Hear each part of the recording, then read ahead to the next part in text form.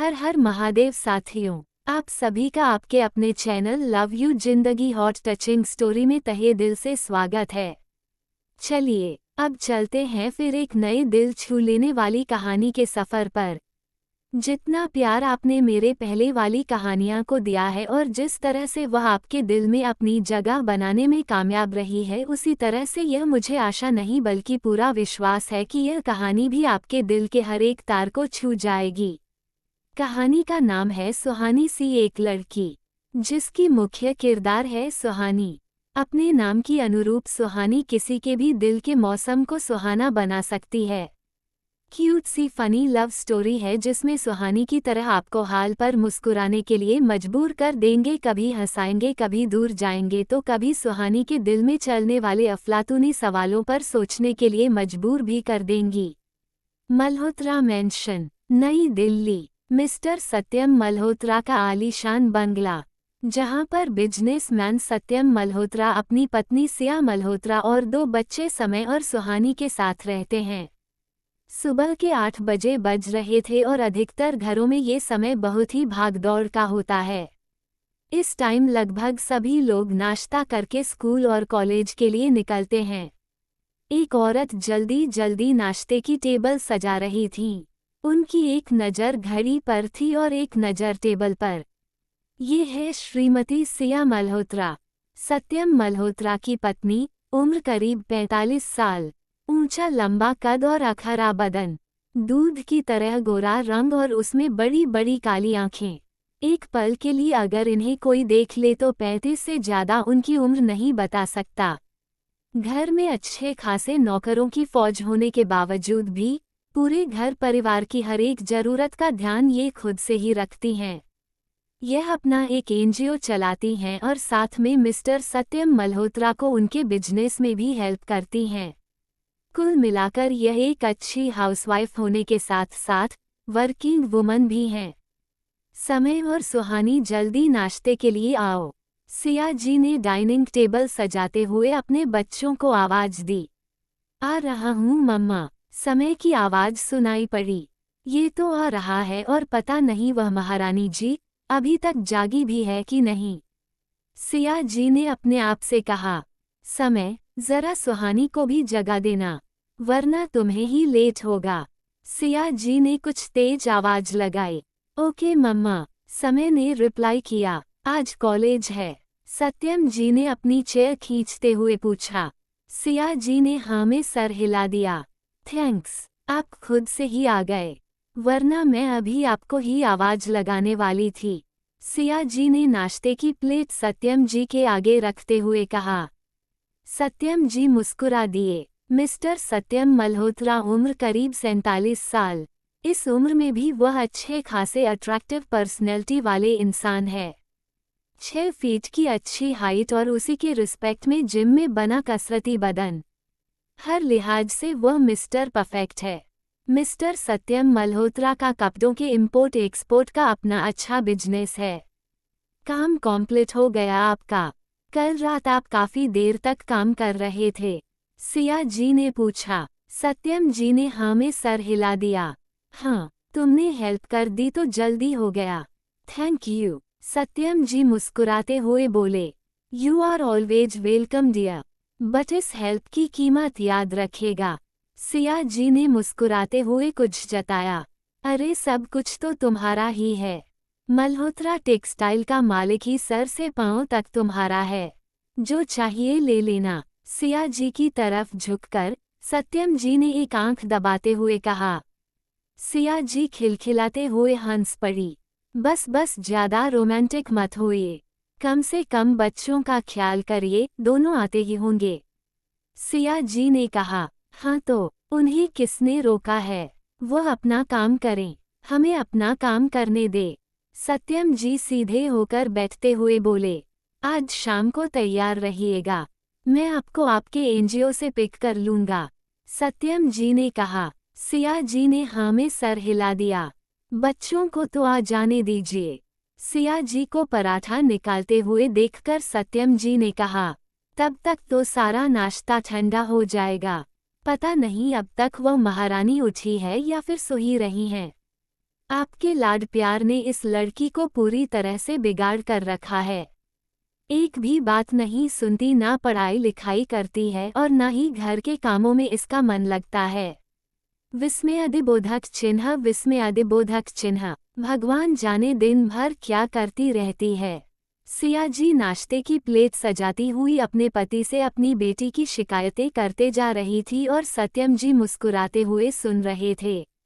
छोड़ दो सिया, इतना क्या परेशान होती हो, तुम अपनी गृहस्थी संभालो, जब वो अपनी ससुराल जाएगी तो अपनी गिरस्ती संभाल लेगी। हाँ, बस यही कह कर जाएगा लेकिन बेटी को समझाएगा नहीं। सिया जी नाक सिकुड़ते हुए बोली। सत्यम जी मुस्कुरा दिए। तभी अचानक से सीढ़ियों पर से तेज म्यूजिक की आवाज सुनाई पड़ी। जाग गई आपकी राजकुमारी। सारी दुनिया सुबह उठकर भजन सुनती है तो इन्हें मैडोना और बीटीएस के सुर अच्छे लगते हैं। सिया जी ने अफसोस से सर हिलाया। सत्यम जी हंस पड़े। अपने कमरे में किंग साइज के लंबे चौड़े बेड पर सुहानी सो रही थी। फुल स्पीड एसी के साथ साथ पंखा चल रहा था और वो कंबल में दुबकी पड़ी थी। वो केवल नाम की सुहानी नहीं थी बल्कि उसकी खूबसूरती किसी के भी दिल के मौसम को सुहाना बना सकती थी।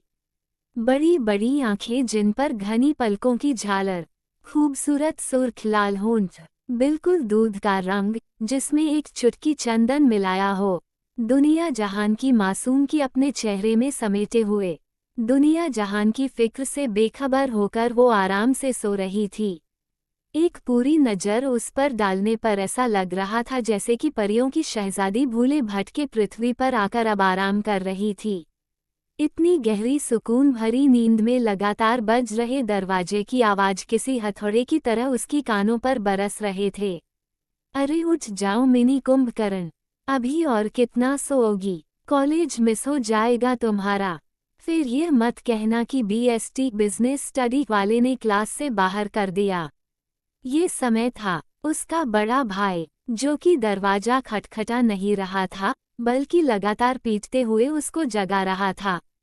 सुहानी ने मुंह बनाते हुए पलके फड़फड़ाया लेकिन जब समय की आवाज साफ साफ कानों तक आई तो अगले ही पल उसकी खूबसूरत आंखों पर से पलकों का पर्दा उठा और नजरें सीधे वॉल क्लॉक पर गई।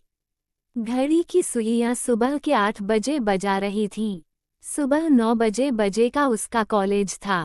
हे भगवान, 8 बजे बज गए और ऊपर से आज बीएसटी का फर्स्ट लेक्चर है।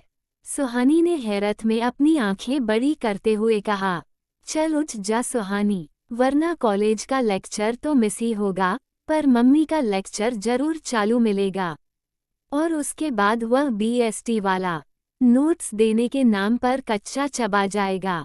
उसने तुरंत ब्लैंकेट एक तरफ फेंका और बिस्तर पर से उछलती हुई नीचे उतरी और एक हाथ से स्विच ऑन करते हुए सीधे वॉशरूम में जा घुसी। उसका बेडरूम अब बीटीएस की तेज म्यूजिक की आवाज से गूंज रहा था। कमरे के शांत माहौल में अब तेज आवाज में ना जाने किस लैंग्वेज के सुर बिखर रहे थे जिसे केवल वही समझ सकती थी। बाकी घरवालों के लिए ये कान फोड़ू म्यूजिक के अलावा कुछ नहीं था। इस तेज साउंड से बाहर खड़े समय को इशारा मिल चुका था कि सुहानी जाग चुकी है।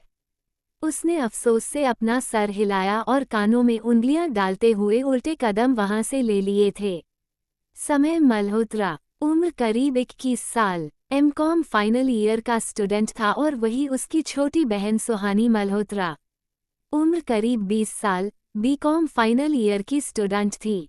ऊपर वाले ने सत्यम मल्होत्रा और सिया मल्होत्रा को खुशियां दोनों हाथों से दी थी।